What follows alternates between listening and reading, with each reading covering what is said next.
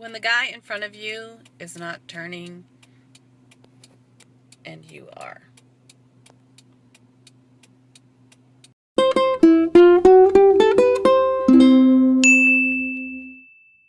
Hey y'all, and welcome back to another week of Hot Chocolate Chat. Today I'm drinking a hot chocolate from Starbucks, and yeah, we're going to talk about the guy that was at the red light that wasn't turning, and I was. I was at the light, and I was wanting to turn right, and I could have, but the guy was in my way. I remember this from when I was younger, but like really younger, and I'm 49 right now, but I'm talking really younger. I could totally have this messed up, but for some reason I think like you used to not always be able to turn right on red. I'm thinking it happened in Virginia, so that would make it prior to age 12 and a half, so sometime then. And they changed the law so that you could turn right on a red light, and then they had this little jingle that I'm going to sing for you. Right on red after stop, woohoo! Right on red after stop. I'm not sure if that's a song, but that's what I remember. Now I'm for sure going to have to call my mom and dad to verify that my imagination hasn't run away with me. So, because that's always a possibility. But my point of that whole stuff was, is it rude to be at a red light in the right-hand lane and then not turn? Especially when there were two other lanes you could have been in. Just saying. Let me know your thoughts on that, because I've been the person in the right-hand lane and not turned. So, but I try not to be. That's what I wanted to talk about today, not turning right on a red light when you're in the right-hand lane. Is it rude or not? When you show up to help your son, and it says we're open, but they're not. Well, they don't open till 10, and it's only like 9:20 something, so and I don't have anything to do on this side of town. Well, maybe one thing. Hey y'all, and welcome back to Hot Chocolate Chat. Today I'm drinking another hot chocolate because, as you saw, I was right next door to the hot chocolate factory. Yes, I know, it's Starbucks. I don't know why I was calling it the hot chocolate factory, but anyway.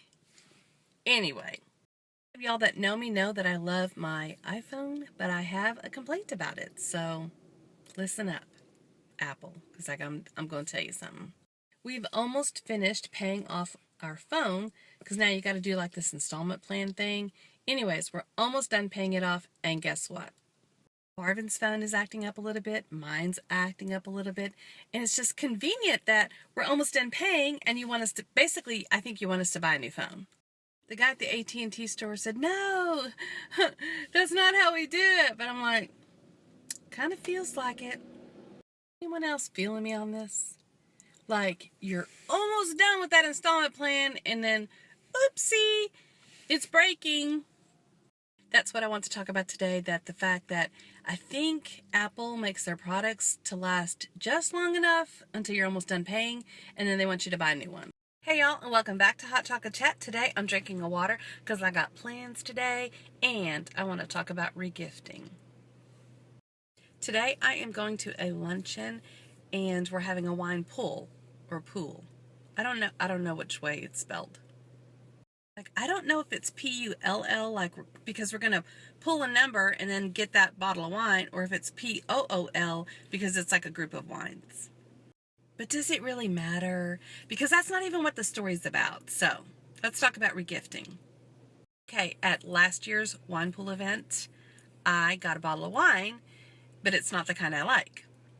So my question for y'all is it okay if I regift this wine and take it to the event today in the same bag that I got it in? On one hand, I feel kind of like, no, don't do that. Not to the same event. But on the other hand, what else am I going to do with it? That's the quandary that I'm in. Should I regift? And is it okay to regift? What are your thoughts on regifting? And is it okay to regift a gift, but just not to the same event? That's what I wanted to talk about today, whether or not it is cool to regift. So, let me know your thoughts. Hey y'all, and welcome back to Hot Chocolate Chat. Today I'm drinking a water, and I have a question for you, and I got a little bit of bad news. Let's just do the bad news first so we can just like get it out of the way. The groundhog saw his shadow, so we're going to have 6 more weeks of winter. But today is also my dad's birthday. I'm about to call him, so happy birthday, Dad, if you're watching this. He's not watching this. Okay, now for the question part of Hot Chocolate Chat today. What do you call this? Because unless you're my sister or my cousin Crystal, you probably called it the wrong thing. Just like me. Did you say diamond? Because I'm pretty sure you said diamond. You said diamond, didn't you? You said it.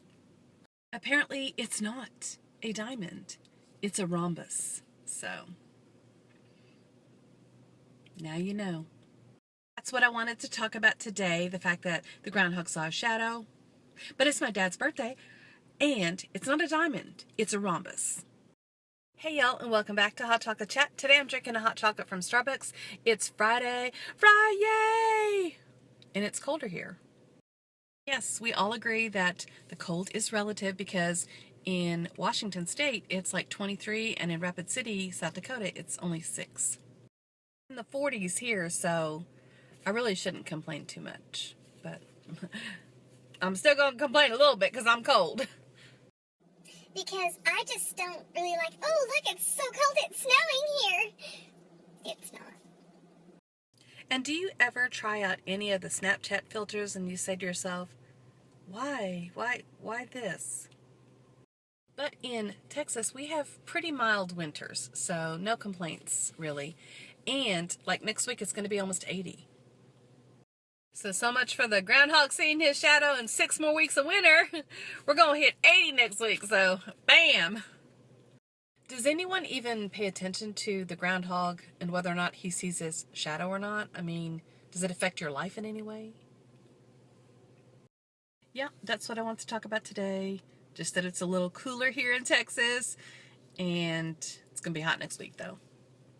If you want to stalk me on Snapchat, it's Side of Awesome, and on Instagram, YouTube, and Twitter, it's Side of Awesome 5. But just don't stalk me in real life, though, because that's creepy.